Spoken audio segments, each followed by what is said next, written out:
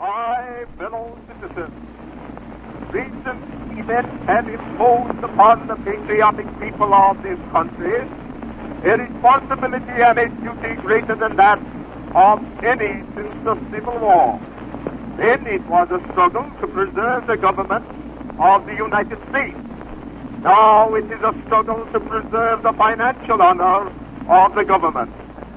Our creed embraces an honest dollar, an untarnished national credit, adequate revenues for the uses of the government, protection to labor and industry, preservation of the home market, and reciprocity which will extend our foreign market.